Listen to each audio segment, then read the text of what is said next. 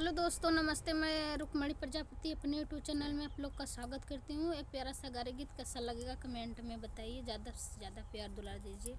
Hello दोस्तों, नमस्ते। मैं कंचन प्रजापति बोल रही हूँ। एक छोटा सा गारी गीत लेके आई हूँ। कैसा लगे वीडियो को लाइक करना, शेयर करना, आगे बढ़ाना दोस्तों।